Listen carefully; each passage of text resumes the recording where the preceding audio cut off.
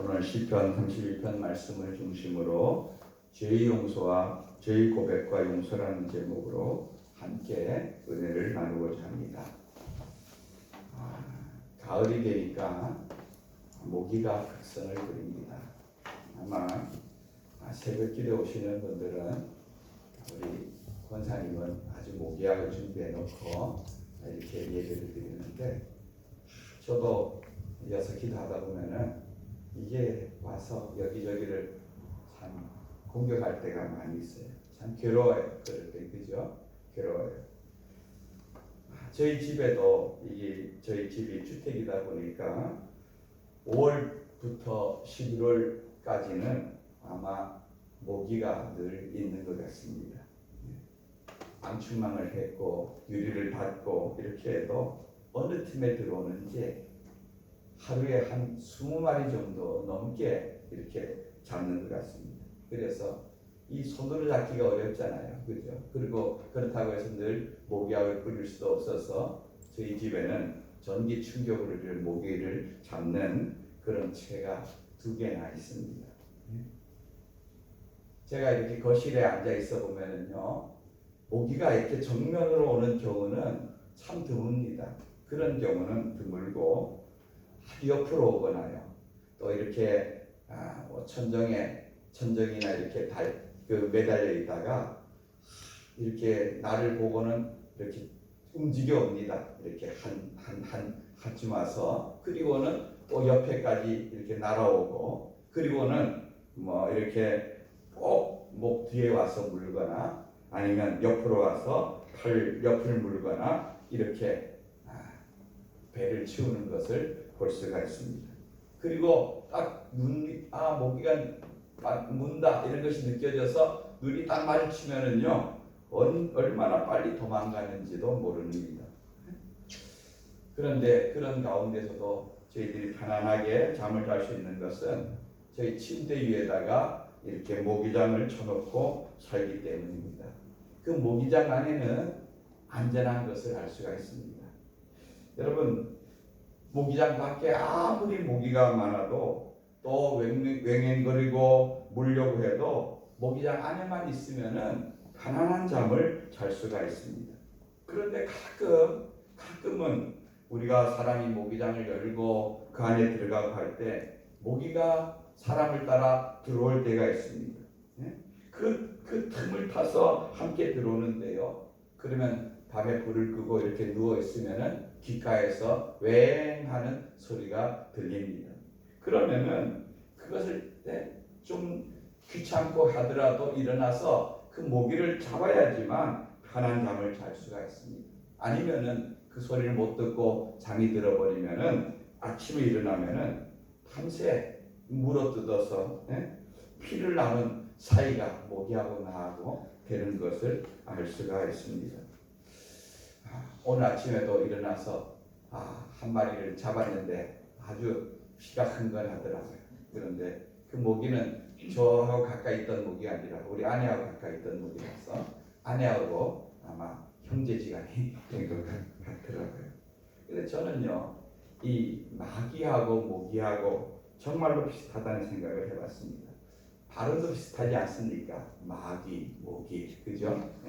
아마 모기가 그 마귀 부하인지도 모르겠어요. 그 하는 짓도 아주 비슷합니다.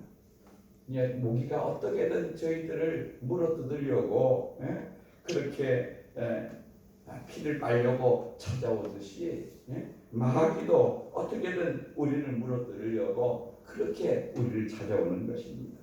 우리가 지난주에 읽었던 요한복음 10장 10절 말씀 함께 앞을 보고 읽어봅니다. 시작. 도둑이 오는 것은 도둑질하고 죽이고 멸망시키려는 것뿐이요, 내가 온 것은 양으로 생명을 얻게 하고 더 풍성히 얻게 하려는 것이라. 아멘.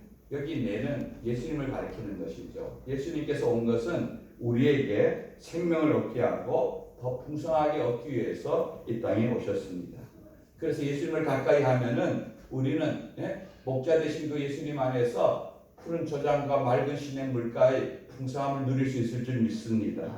그런데 마귀가 오는 것은, 이 도적이 오는 것, 마귀가 오는 것은 어떻게든 우리를 죽이고 우리 영혼을 죽이고 우리를 멸망시키려고 하는 것입니다. 그렇기 때문에 마귀에게 틈을 주지 마시기 바랍니다. 마귀에 속지 마시기 바랍니다. 그럼 우리는 목자 되신 주님 안에 있는 것이 중요합니다. 예? 오늘 말씀에도 보면은 주는 나의 은신처시오니 7절에 보면은 환난에서 나를 보호하시고 구원의 노래로 나를 부르시리다. 우리가 주님을 은신처로 삼아 주님을 나의 보호막으로 삼아 그 안에 있으면은 어떤 어려움 속에서도 어떤 환난 속에서 우리를 보호해 주시고 우리를 지켜줄 줄 믿습니다. 주님 안에 거하는 것이 그러기에 중요한 일인 것입니다.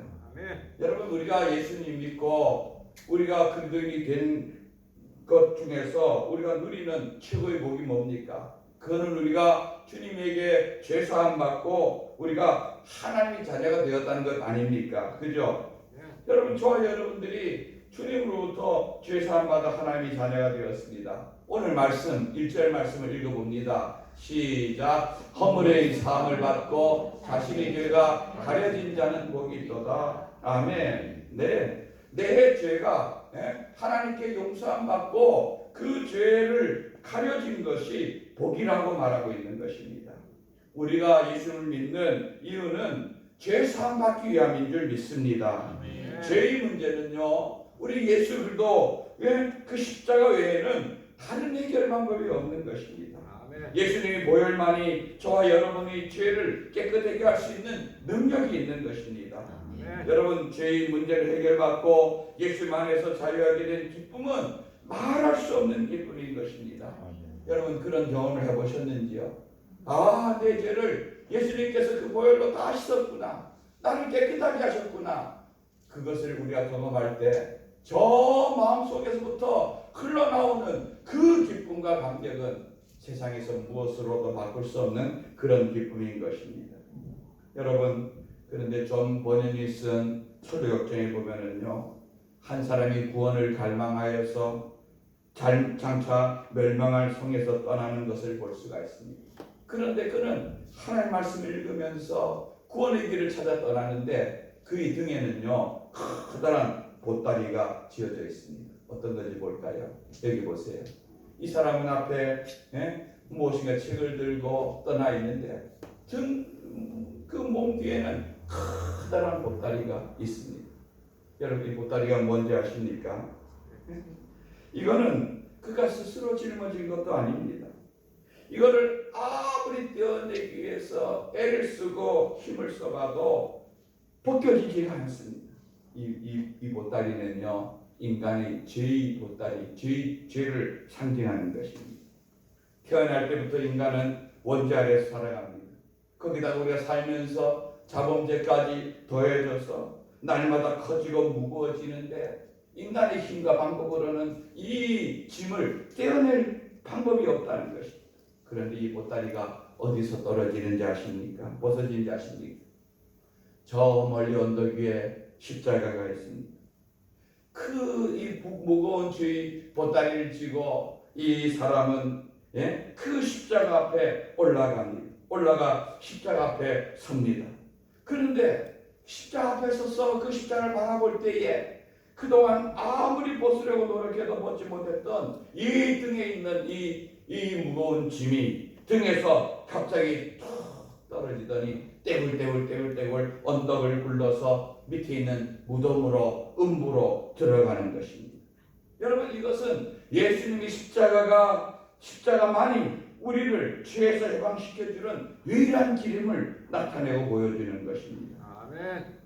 찬송가 151장에 보면은 후렴에 보면은 십자가 내가 처음 볼 때에 나의 마음의 큰 고통 사라져 오늘 믿고서 내 눈 밝았네 참 내 기쁨 영원하도다. 우리 한번 불러볼까요? 십자가 시작. 십자가 내가 처음 볼 때에 나의 마음의 큰 고통 사라져 오늘 믿고서 내 눈 밝았네 참 내 기쁨 영원하도다.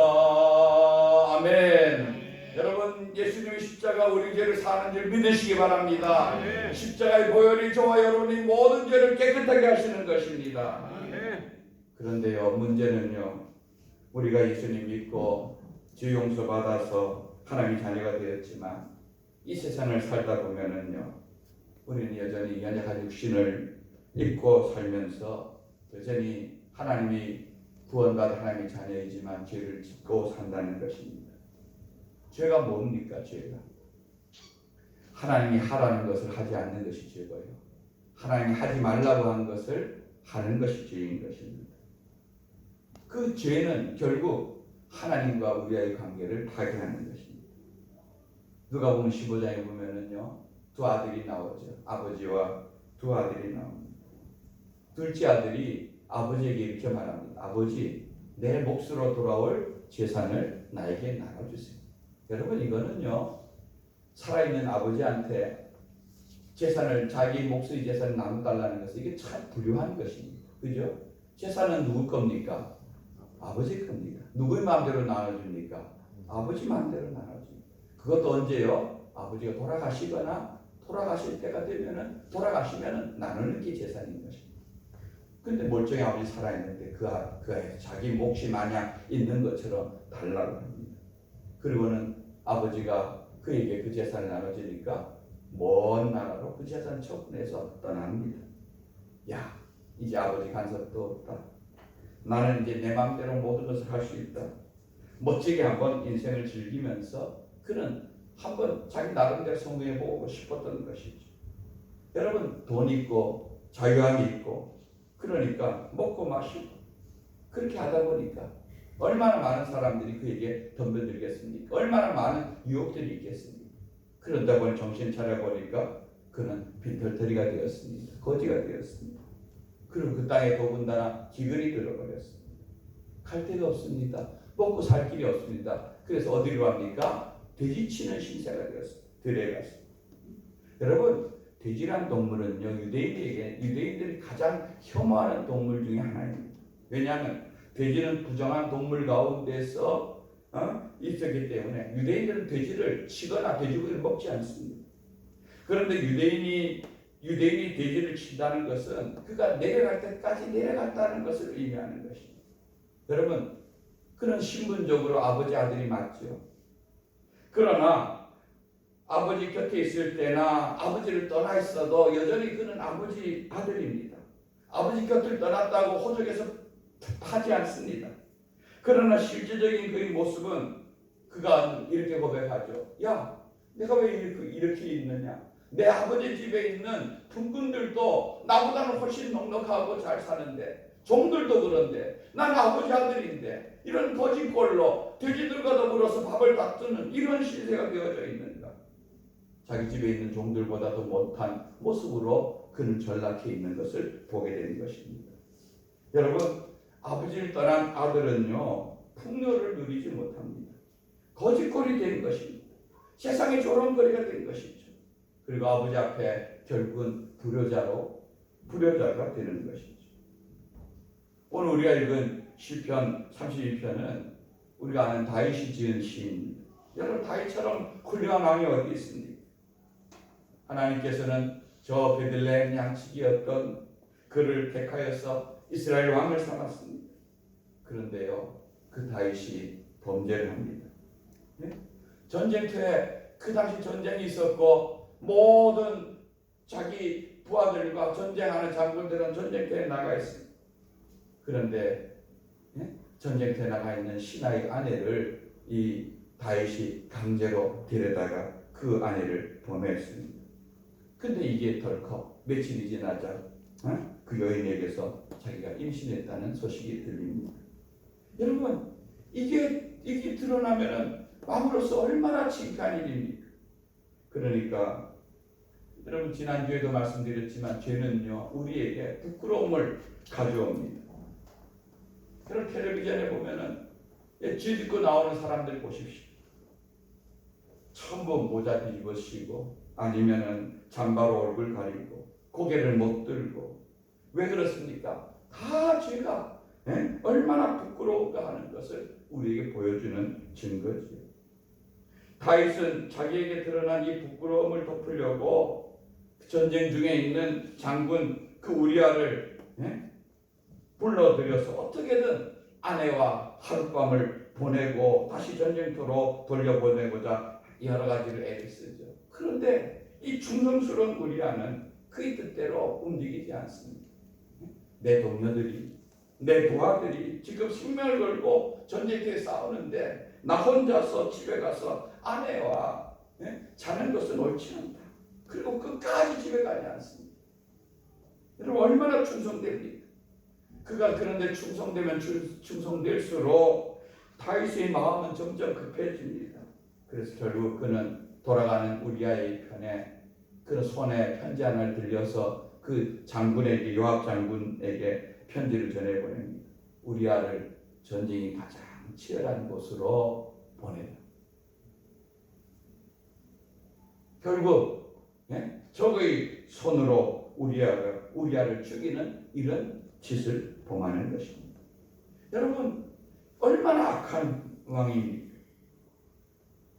장례식을 치른 이후에 그 아내였던 밧세바를 자기 아내로 들여옵니다. 백성들이 볼 때, 겉으로 볼 때, 그걸 모르는 사람들이 볼 때는 야, 왕이 대단하다. 충성스러운 장군이 장군이 죽고 아내가 홀로 된 것을 우리 왕은 거두어서 자기 아내로 삼았으니 야, 우리 왕은 정말 성군이다. 이렇게 박수치지 않겠습니까? 그러나 여러분 그걸로 해서 모든 문제가 덮어지고 죄가 덮어지고 끝이 났습니까? 죄의 문제가 해결됐습니까? 여러분 설령 다윗의 신하 중에서 다윗이 그 범죄 사실을 안다고 한들 지금 이 나라에서 어느 누가 감히 왕 앞에서 그의 죄를 말할 수가 있겠습니까? 겉으로 보면은 모든 문제가 다 해결된 것처럼 보입니다. 여러분 그렇다고 죄가 덮어졌습니까? 아닙니다. 죄는요 하나님 앞에서 해결될 때까지 해결된 것은 아닌 것입니다. 여러분 오늘 시편 31편은 그 죄를 고백하면서 지은 다윗의 시입니다. 오늘 3절 4절에 그의 마음을 이렇게 고백하고 있습니다. 한번 읽어봅니다. 시작. 내가 입을 열지 아니할 때에 종일 신음함으로 내 뼈가 쇠하였도다. 주의 손이 주야로 나를 누르시오니 내 진액이 빠져서 여름 가문에 마름같이 되었나이다. 아멘. 여기 보면 그의 고통을 뭐라고 말하요? 내 뼈가 쇠하는, 내 뼈가 말라비틀어지는 그런 고통. 여러분 여름에 가뭄이 들면은 저수지에 물이 다 빠지고 그 바닥이 쪽쪽 갈라져서 그 거북이 등짝처럼 되어지는 것을 여러분 보시지 않습니까? 그런 자기 심령이 그런 고통 가운데 있다는 것. 그리고 매 순간순간 하나님이 자기를 누르고 계시는 그 압박을 느끼는 것입니다. 그래서 그는 어떻게 하냐? 나는 종일 신음한다. 끙끙 앓는 것입니다. 겉으로는 멀쩡하고 좋은 음식 먹고 할지 몰라도 속은 지금 그는 상할 대로 상해 있는 것입니다. 기쁨이 없습니다. 마음의 평안이 없습니다. 언제까지요? 죄의 문제가 해결될 때까지. 여러분 죄의 유혹은 달콤하지만 죄의 고통은 몇 배나 더한 고통을 가져오는 것입니다. 죄가 가장 큰 고통은 무엇인 줄 아십니까? 시편 51편 11절 12절 말씀을 읽어봅니다. 시작. 나를 주 앞에서 쫓아내지 마시며 주의 성령을 내게서 거두지 마소서. 주의 구원의 즐거움을 내게 회복시켜 주시고 자원하는 심령을 주사 나를 붙드소서. 아멘. 여기 보면 이 시편 51편도요. 거기 앞에 보면은 다윗이 밧세바를 범하고 나단 선지자가 그에게 왔을 때 회개하면서 지은 시라고 분명하게 되어 있습니다. 여기서 보면 그는 죄를 짓고 나서의 그 고통을 이렇게 고백합니다. 나를 주님 앞에서 쫓아내지 마소서. 주님께 자기가 쫓겨날 것 같은 이 죄의 문제로 주님께 쫓겨날 것 같은 두려움이 그의 마음에 생기는 것입니다. 그리고 주의 영을 내게서 거두지 마옵소서. 주의 영은 누굴 가리킵니까? 하나님의 성령을 가리킵니다. 여러분, 하나님의 성령이 나를 떠나실 것 같은 그런 고통이 내게 생깁니다. 다윗은 그런 것을 봤습니다. 여러분, 하나님의 성령이 떠난 사람 누굽니까? 자기 장인어른, 자기 앞에 있었던 사울왕. 그가 얼마나 하나님의 성령이 떠나시자 악한 영이 그에게 사로잡혀서 살았는지, 그리고 그의 삶이 어떻게 되었는지, 어떤 결론으로 그 인생이 끝났는지 다윗은 생생하게 보았기 때문에 하나님 제발 나의 속에서 하나님의 성령을 거두어 가지 마옵소서. 그는 간절하게 하나님께 회개하며 고백하는 것입니다. 여기 보면 구원의 즐거움이 하나님께서 주신 내 안에 주신 구원의 즐거움을 회복시켜 주옵소서. 구원이 하나님께 구원받은 하나님의 백성의 즐거움이 그 마음속에서 사라지는 것입니다.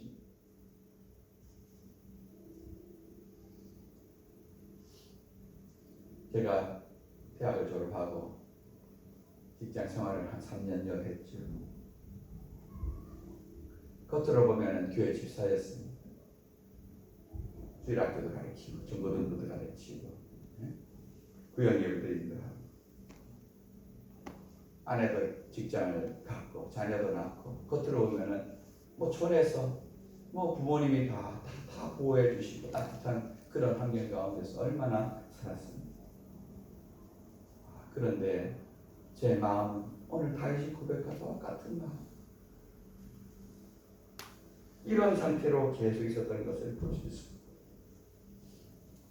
그런 깊은 한숨과 마음에 아무런 평안이 없고 마음이 쩍쩍 갈라져 있는 이런 상태로 살다가 내가 더 이상 이렇게 인생을 허비해서는 안 되겠다. 안 되겠다.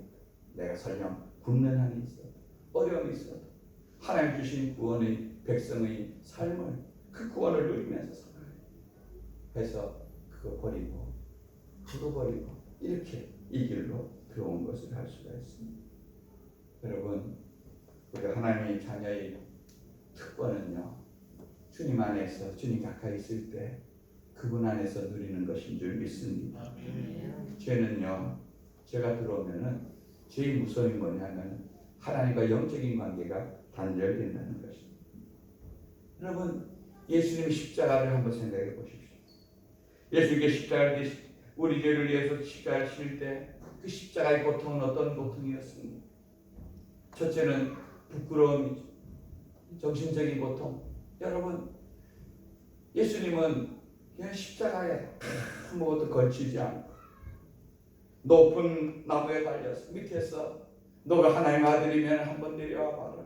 그 밑에는 자기를 따라다니는 제자들과 자기 따라다니면 자기를 선생이라 여기고 주라 여기던 수많은 여인들이 있는 그 앞에서 인간의 부끄러움으로 그 앞에 있는 예수님이 얼마나 조롱과 모욕이 있는 그곳에서 얼마나 수치와 부끄러움을 느꼈겠습니까?